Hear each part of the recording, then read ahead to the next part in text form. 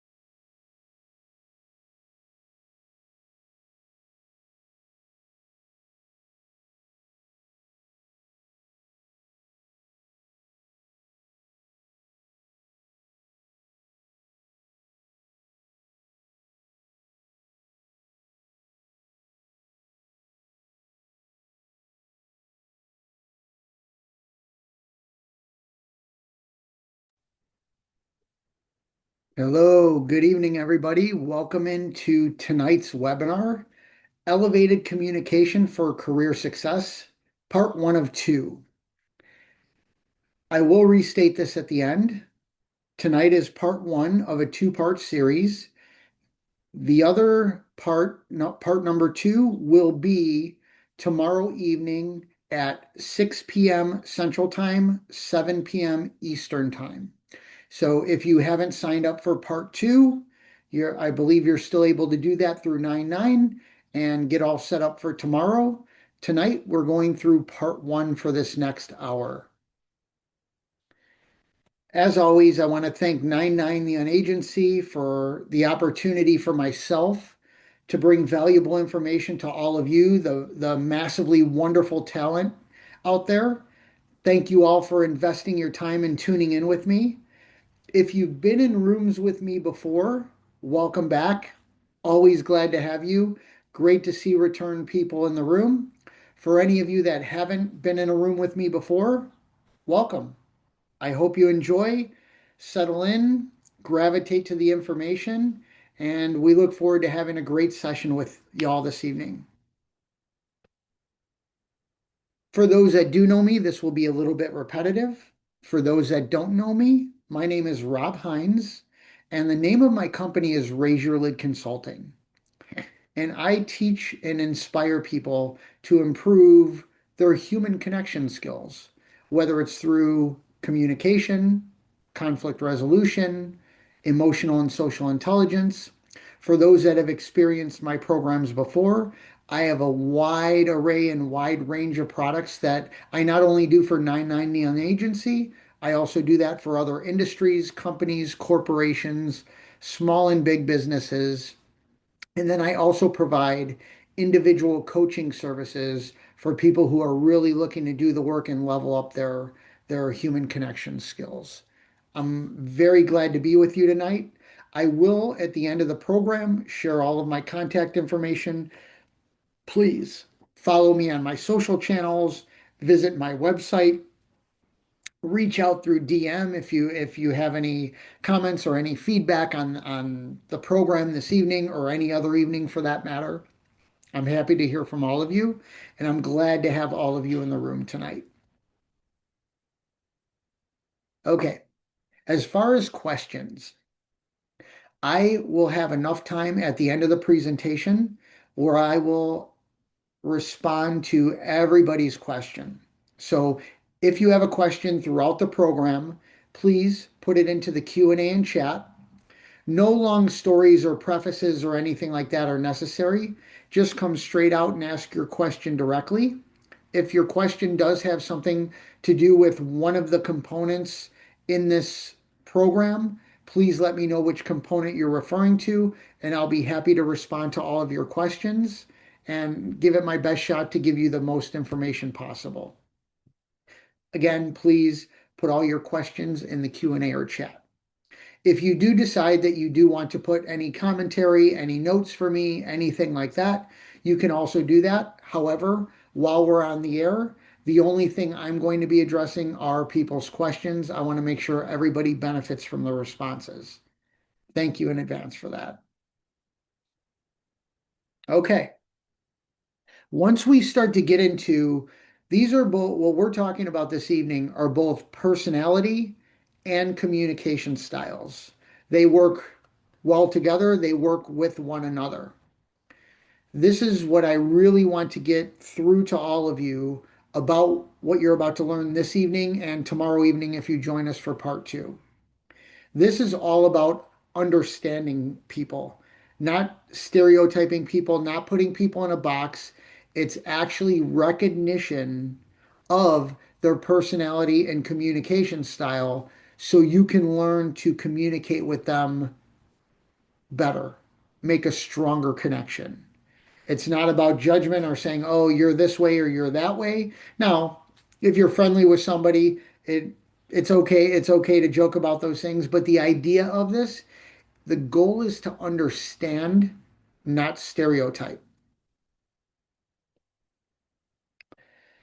When we talk about our personality, our communication style, the way we are with people, even the way we are with ourselves, There are certain things, certain components that are universal, regardless of where we come from, where we live, nationality, ethnicity, anything like that.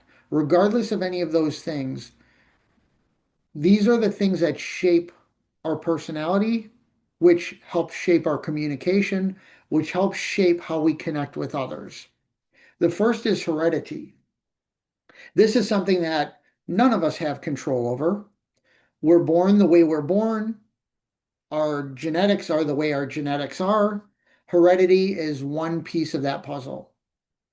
And then we look at things like our environment. Now, this could be a cultural thing. It could be where we are on the map as far as where we are in the world, our environment there. It could be the environments we're in on day to day, whether it's a work environment, a personal environment, a hostile environment, a caring environment. So our environment has a lot to do with how our personality and our communication is shaped. And then the last part of this are role models. These are the people that we surround ourselves with, whether good, bad, indifferent, no matter how we look at that. There's a saying out there and it's said a bunch of different ways, and I'm just gonna say it in my way. Normally, the five, maybe 10 people you surround yourself with are the ones that are the most influential over you, help shape your personality. It may be even different in different groups. When you're in a working environment, you may take on a certain persona or personality. When you're in a personal environment where you may be very comfortable with people, it could be your family, it could be your friends. You may have a highlighting personality type. However, when it comes to our personalities as a whole, it comes down to heredity, what we're born with, our environment, where we are in the world, where we are in groups, where we are in society, and then our role models, the people we actually surround ourselves with. Okay, so this is getting us started with the personality styles. And by the way, the the the program we're talking about, especially this evening, is called DISC, DISC, and you'll learn all about that as we go if you haven't heard about it already. So, who do you know that is more direct, pretty bold, quite decisive? They like to be in charge. They like to be the boss. They're very comfortable being in control. Who do you know that's that way? If you know people that are that way, chances are they're what we call de-wired. And again, we'll define all of this for you. Who do you know that's really, really fun, has a lot of energy, a storyteller, definitely the life of the party, and at least as far as they believe, maybe it is true. These are the people that we consider eye-wired. And then who do you know that is really loyal or dedicated? Um, they really they really aren't enticed too much by the spotlight. They don't mind being backstage. They like being part of the group. Um, these are normally your people that are also the backbone of whether it's a company, a family, a group, a team. These are the people that we look at as the backbone or the people we could count on. And then who do you know that is very organized, very structured? They love data and details. They might be a little more on the quiet side because they're observers. That would be somebody that we would call C-wired. All right, let's take a closer look at these indicators. When you look at this chart that's on the screen here, here's what we have. On the very outer rings of this square, there's outgoing personalities and communication styles. The opposite of that is reserved personality and communication styles. Then on the left, we have the people that are task oriented. On the right, We have the people that are people oriented. Now, when you look at these four quadrants that we have here, we'll look at the first, the D in disc is for dominant. Dominant people lie more on the outgoing and task oriented mannerisms, behavioral styles, communication, personality. Then when we move over to I, which is influencing or influencer category, these are people that are also outgoing. However, they lean more on the people-oriented side of things versus task-oriented. So for our D and our I, the component they have in common is outgoing. The thing that they don't have as much in common is dominant people are more concerned with tasks, getting things done. Influencing people are more interested in people, dealing and working with people. Now, I do want to point this out before we move on through this, is that it's not that you're stuck in one of these things or another. There is going to be a primary and a secondary for each of these categories. For example, I am very much a CS. I'm very compliant and I'm very steady. I love my data. I also love people and helping people. So that's where my primary and secondary tie in together. When we move on through this chart and we get to S, steady. The steady people are very people oriented and they're a little more on the reserve side. Again, you can have somebody in the steady category that may be a little bit outgoing, but traditionally, people that are heavy in the steady category, they're people oriented and they're reserved. When we move over to the C in disc, which is our compliant people, these are people that are also reserved in their personality or communication style. However, they are more task oriented. And we're going to define and detail all of these out. Part one of the part two this evening. In part one, we're going to define all of these things very deeply for all of you so you get a really good idea of what these are.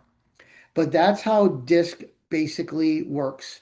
You have your dominant, outgoing and task oriented, your influencing, outgoing and people oriented, you're steady, reserved and people oriented, and then you're compliant, reserved and task oriented.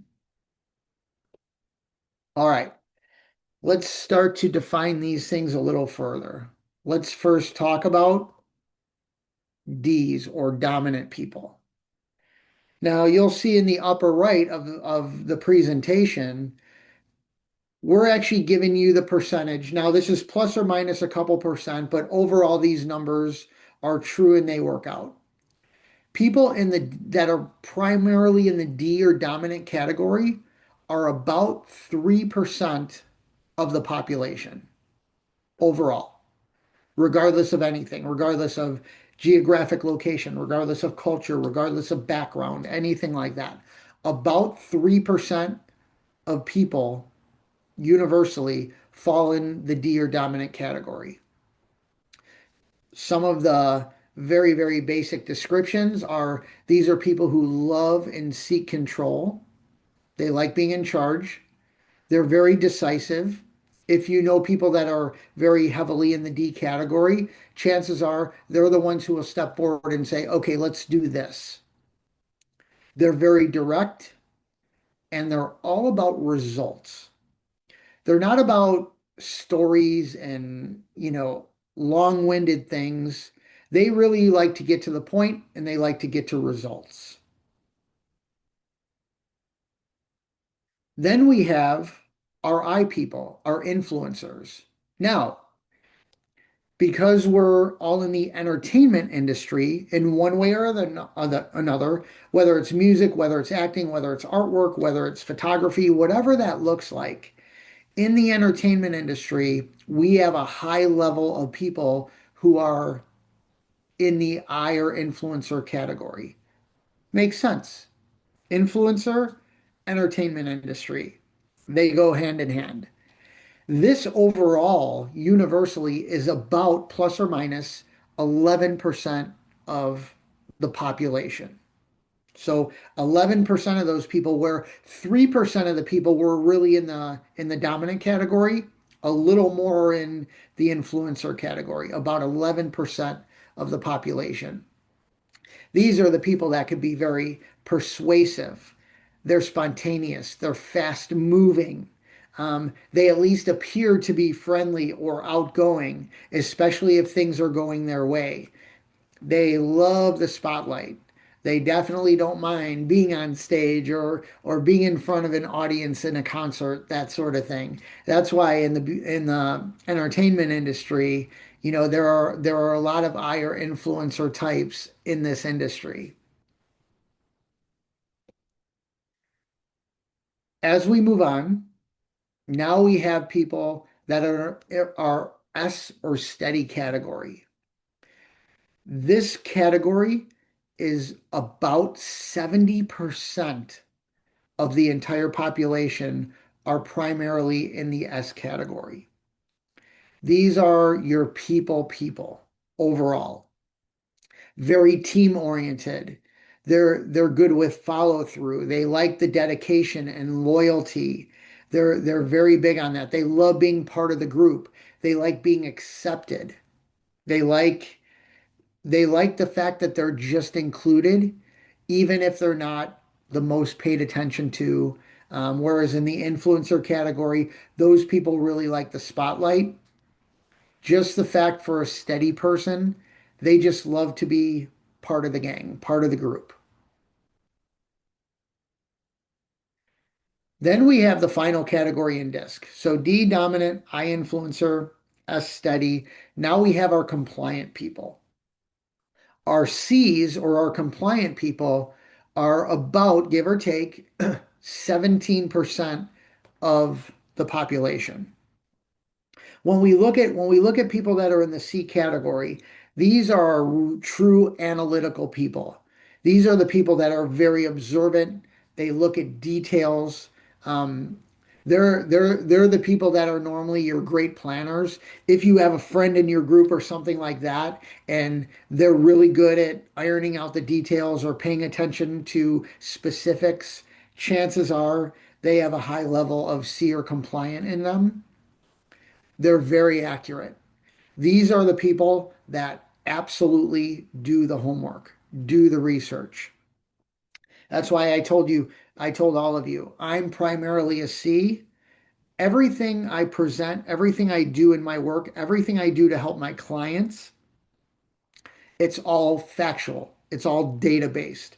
There's no odd, opi- odd opinions or severely disagreeable things. I make sure that the information that I help people with is very accurate. So that's our C or our compliant categories. Now that we know the generals around those categories, let's dig a little bit deeper. Let's talk about some qualities, some real strengths. Let's also talk about some challenges of each category. And again, if you have any questions on any of this, put everything into the Q&A and chat, and we'll make sure at the end of this presentation, we get to all of those things. Let's go back to our D people. These are people that seek results. They're multitaskers, really driven by authority. These are people that actually like being regarded as the leader, as the boss, as the go-to person. D's are very, very much in that category. They're also the people to step up. If you happen to have a friend or a colleague or a family member or something like that, that when things seem to be in disarray, they step up and they take control, that's definitely a D or a dominant person. They're open to change. Now, this is an interesting thing about D's. They embrace change that will help get them results. They're not fans of change when things are unsure or they believe that it's not going to work. If they truly believe in what's happening, they're very open to change. If they don't believe in what's happening, they're not going to be open to change. So there's a little bit of misharmony with their ability to trust in change. If they really feel it's going to deliver results, they're all in. If they don't, they're not. These are also your people that you could be real with. Of course, we want to do that appropriately, but when you're dealing with somebody in the D or dominant category, they are very comfortable responding to direct confrontation. A, because that's part of their personality. If if if you've heard the term type A before, that's who these people are. So when it comes to direct confrontation, they're okay with that because they're willing to hash things out. Now, whether they do that appropriately or inappropriately, that's up to their approach. But normally people in the D category, they're comfortable responding to confrontation. These are the people that love loyalty. They want to be able to count on others to get them the results that they're looking to get. People in the D category, more than other categories, they want to win. They want to win. They actually look at it as like defeating others. They want to be top notch. They want to be regarded as the best of the best. So loyalty is a big thing to somebody in the D category. Now, each of these categories also has some components that the people in those categories are fearful of. The greatest fear for somebody in the D category is being taken advantage of, disloyalty, liars, people who are dishonest or hiding or gatekeeping information. That's the kryptonite to somebody in the D category. Here's a list of some of their strengths. We're not going to talk about every single one of them. However, I am going to talk about the ones that are most prominent. First of all, these are normally either very confident people, truly confident, or on the negative side of it, they might be some of those people that are faking it to make it, which is never a good idea. However, most times there's true strength in the D categories. They're very confident, they're very decisive, they get things done. Productivity is a massive strength of somebody in the D category. They can also be independent. These might be some of the people that say, you know what, I'll just do it myself. And I'm sure many of us in the room have said that or thought that before, where we think, you know what, I could work with others on this, but I'm going to get it done faster. I'm going to do it the best. So being independent and strong-willed is a big part of their personality and communication style. They can also be persistent because they want to get to the point. They want answers. They want to win. They can be very, very persistent. They're goal oriented. They value business related socializing. If you'll notice, people that are primarily in the D category, they're not wide socializers. And that doesn't mean that they don't socialize at all. What that means is they take their socialization in short pockets, short components, because they like to get to the point. They don't want to spend time listening to long stories. They just want to get to the information and figure out how it benefits them. These are also your people that will push through resistance or tough times.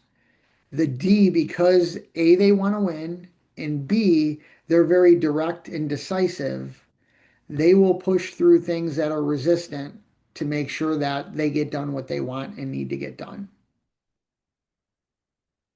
As far as obstacles or the challenges of people in the D category, they could definitely be argumentative and insensitive or appear insensitive. They can appear inconsiderate because they like to get to the point. They only want to know what they want to know. They may not take people's feelings or opinions or anything like that into consideration. They could be viewed as very impatient or not complimentary. People in the D category also have the hardest time relaxing. It's really, really hard for people that are in the high D category to just take a moment, take a breath, take some time off, take a vacation. Very, very hard for people in that D category. Um, they can appear cold or insensitive. We talked about that a little bit earlier. They can also be very possessive. So because they want to win and they want to be regarded as the boss or the person in charge, they really want to make sure, and sometimes they're gatekeepers of information because of that. Those are some of the obstacles around the D category. All right. Now we get to the I or the influencer category. These are the people that enjoy a friendly environment. Opposite of the D category, these are your storytellers. These are people that will tell a long story to get to a very short point. The reason is they like to be regarded, they like to talk, they like to command the room, they like the energy. These are also people that are normally more emotional and also more animated. So again, because we're in the entertainment industry, we probably know a lot of people like this within our industry because that's who the industry is made up of.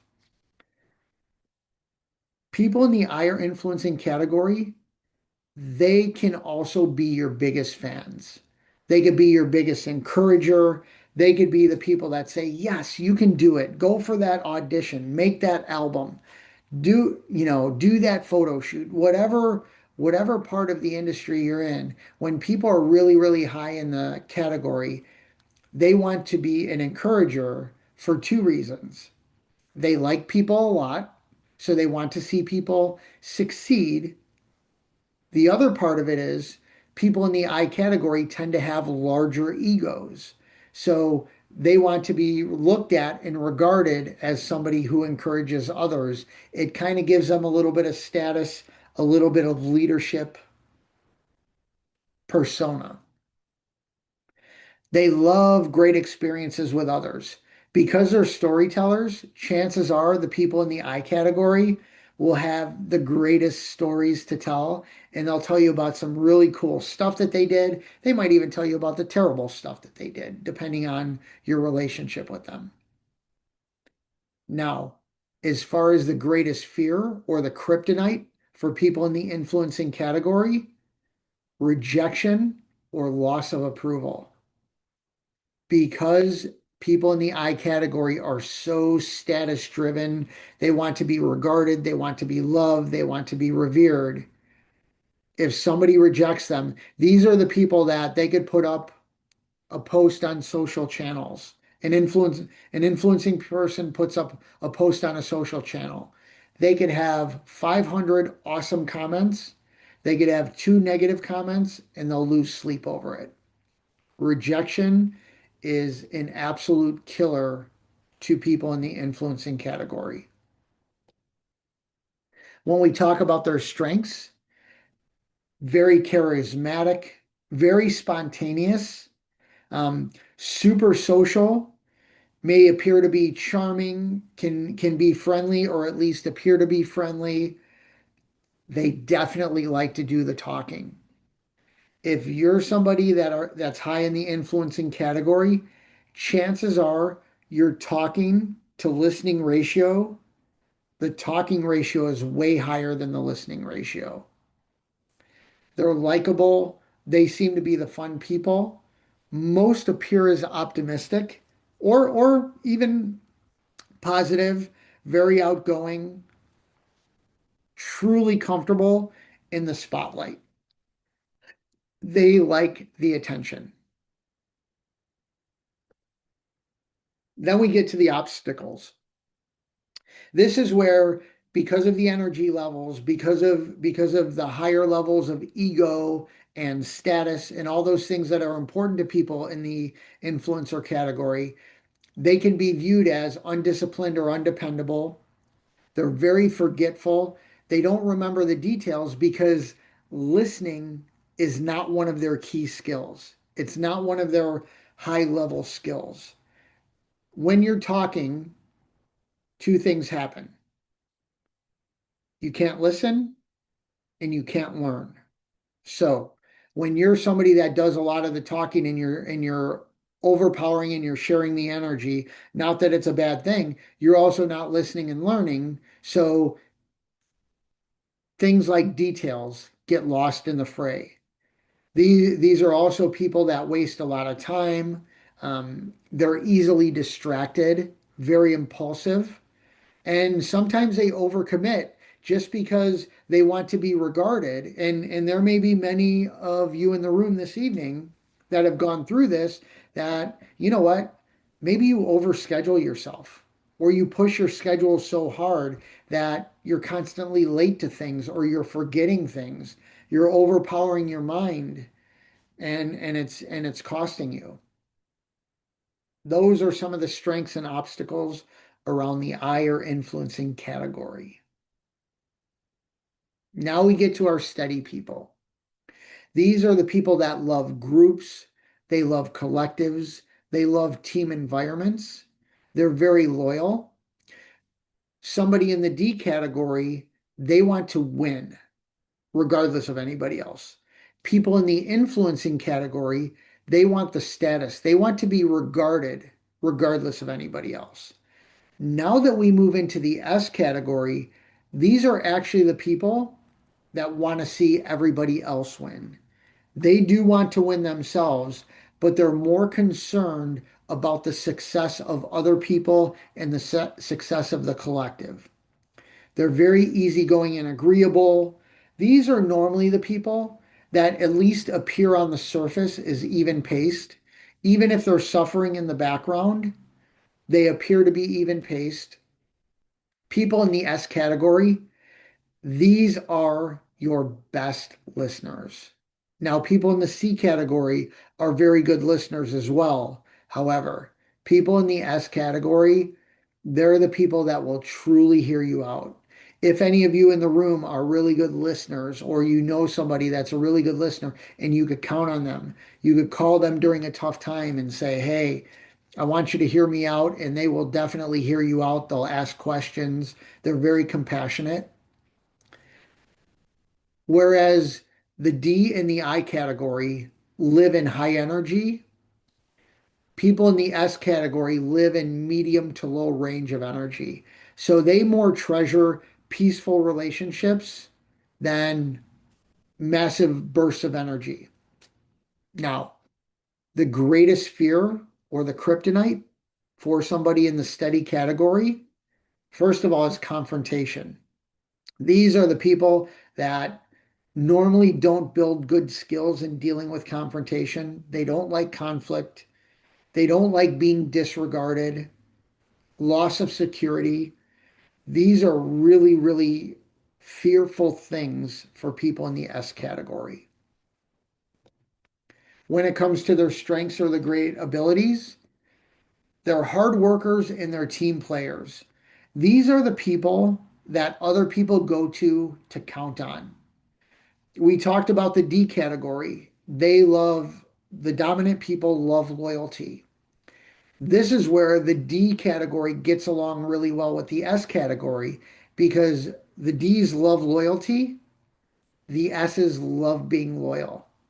And because of their more subtle demeanor, they also get along well with D's in that range also because they'll be willing to take direction, somebody being a leader for them. They definitely love close friendships. They're sentimental. They remember things. They remember how people made them feel, whether it's good or bad. Um, they're also what we would call our saviors. They're the people that we could say, hey, you know what? I'm really in this jam. Could you help me out?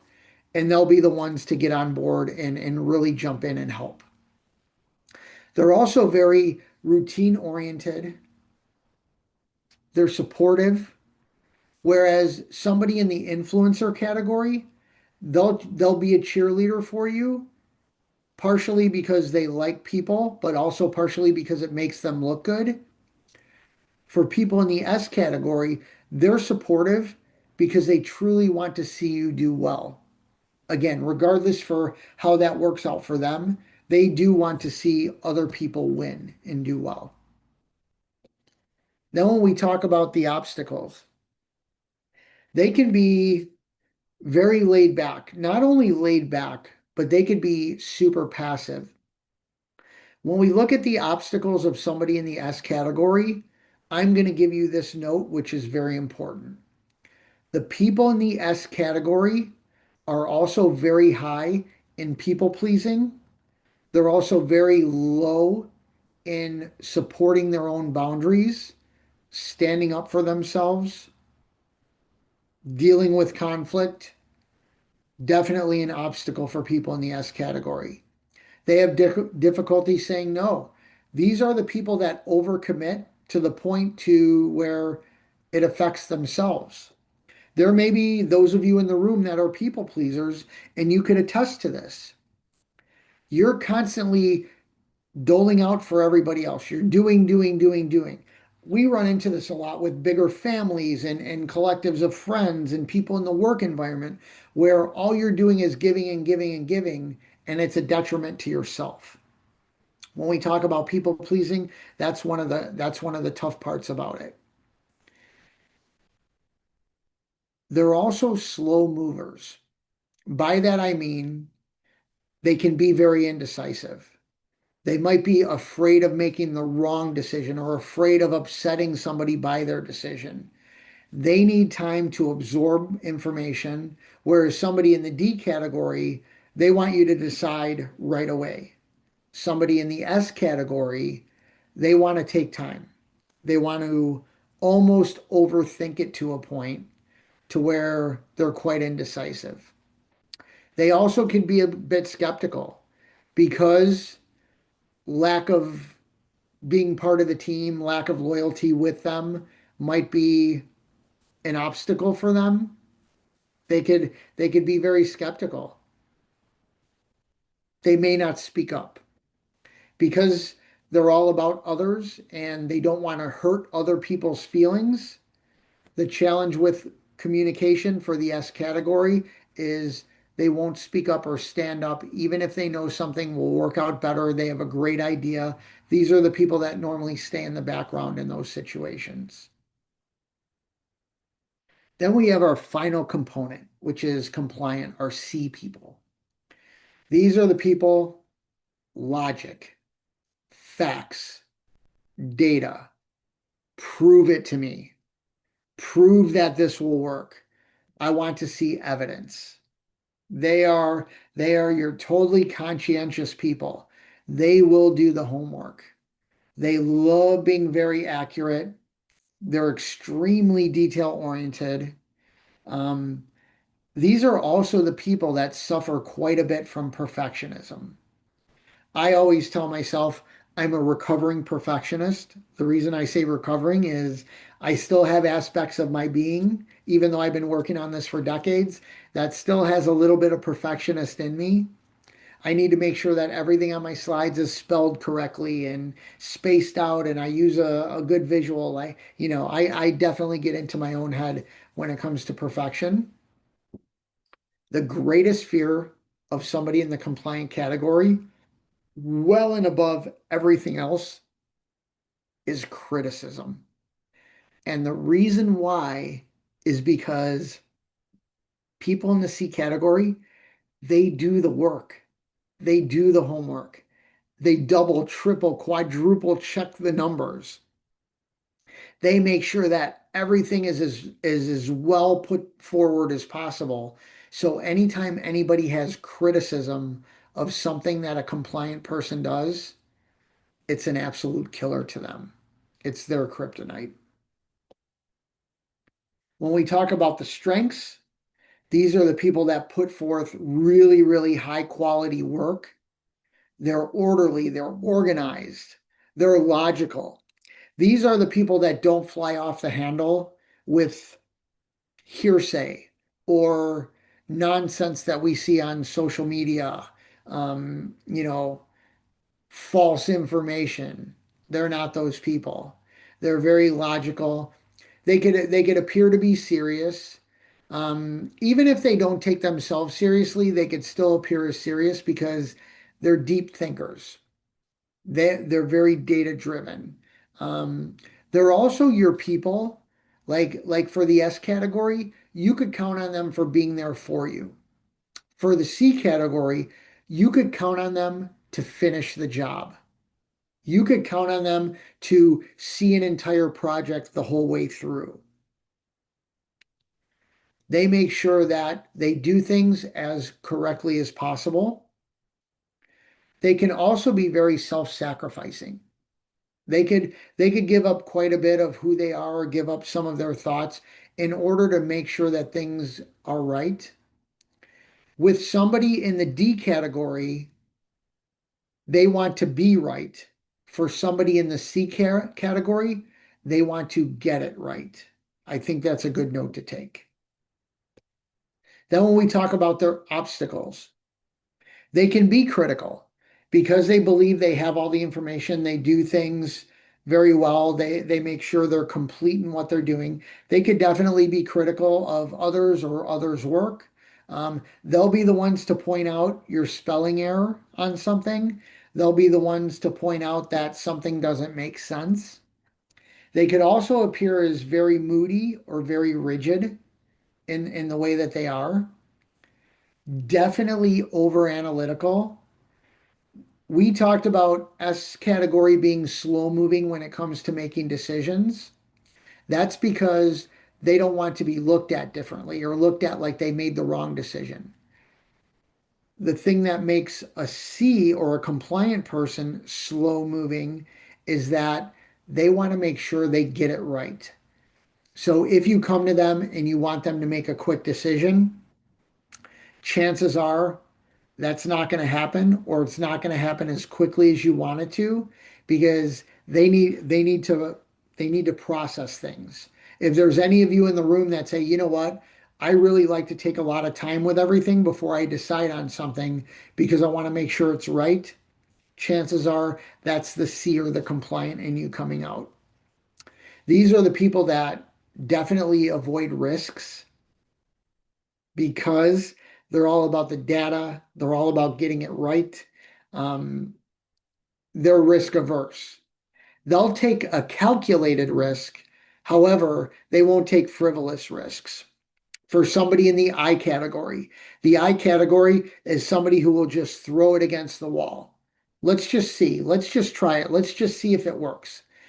C category is the opposite of the I category in this realm where they don't take unnecessary or crazy risks. They want to make sure they take calculated risks. Okay. This is normally one of the top questions that I get, and I haven't looked at the Q&A yet. Maybe some of you have already put this in there. The most frequently question I get is, can I possess all four indicators?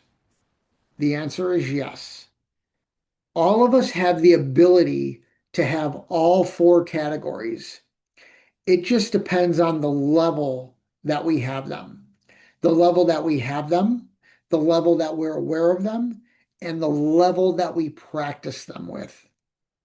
Now, you may have a dominant category for the most part.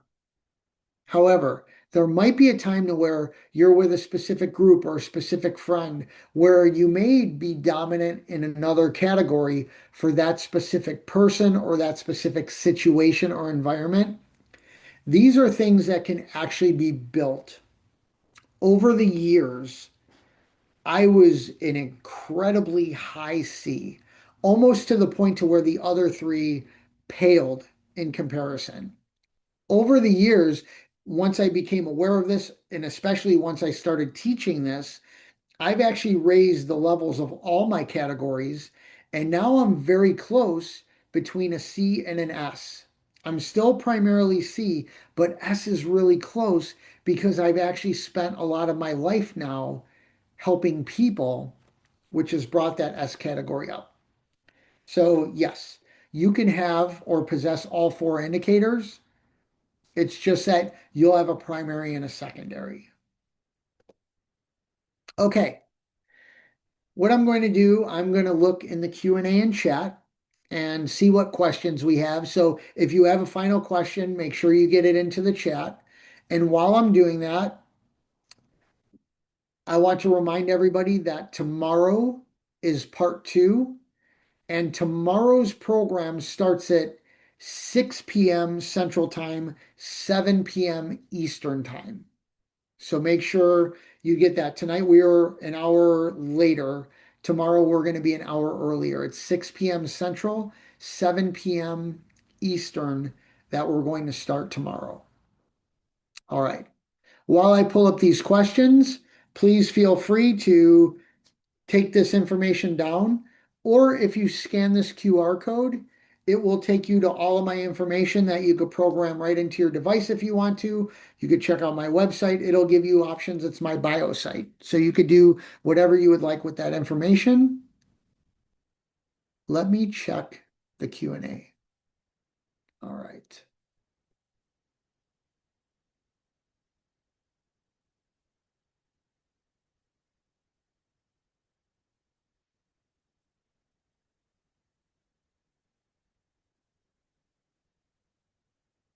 Okay, I'm seeing a lot of comments. Somebody earlier on asked, how long is this meeting? Somebody anonymous. Um, All of my presentations are an hour long. Obviously, you asked that earlier on in the presentation, so I wasn't able to answer that, but all of my programs are an hour long.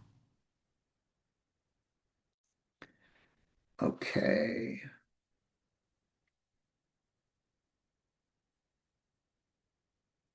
Lots of commentary, so thank you all for the comments. Okay, we have a question here, and this question is from Kai. Kai, welcome back. You're in a lot of the rooms, probably every room with me, so I'm always happy to have you back. You always have good questions. Let's see what Kai asks. When we code switch between our people who we are around, don't we kind of switch indicators based on the people? The answer is yes. And tomorrow's part two presentation is giving you tips on how to do that. How you called it code switching, which is fine. You can definitely adapt your personality style to be better suited for somebody else's personality style.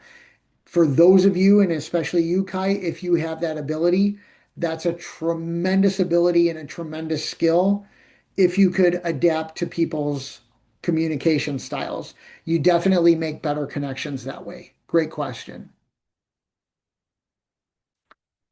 Tracy asks, and Tracy, thank you for being with us this evening. Tracy asks, can someone change their dominant category? The answer to that is yes, Tracy. Actually, there are people that the more they become familiar with this, or even maybe have changed the way they live their life, changed the groups that they hang out with, changed their career.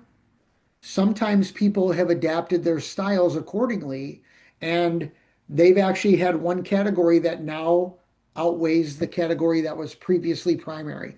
So it's absolutely possible for somebody to change their dominant category. Sometimes that comes with age and maturity.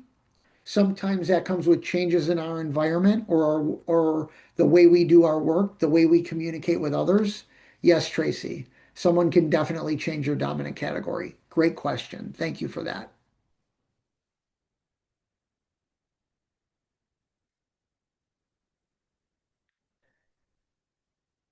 Okay, Michael has a statement slash question. Michael says, these great categories apply to most, but don't think it applies to those who are duplicitous, does it?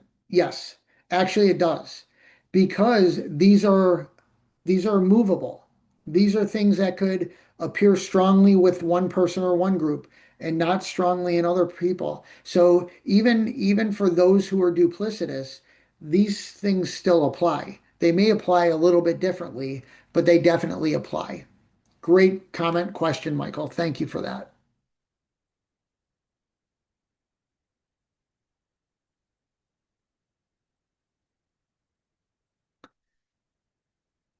Okay, again, some great comments.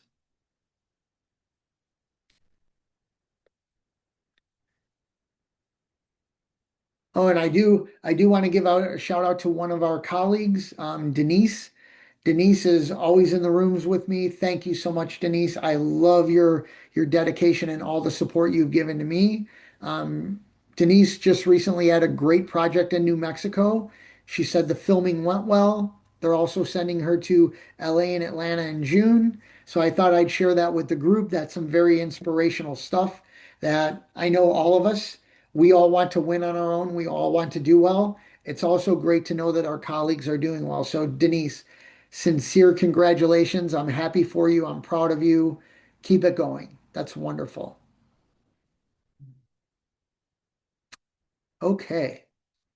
That looks like that's all for the questions. I'm grateful for all of you being in the room with me this evening. Thank you so much. Again, tomorrow night, part two. Tonight was all about you, your personality style, the strengths and obstacles around them. Tomorrow night, now, how do we recognize those traits in others and adapt our communication accordingly? That's part two, tomorrow evening, 6 p.m. Central, 7 p.m. Eastern. Look forward to having you all there. Have a great evening, everybody. It was a pleasure to be with you. See you tomorrow.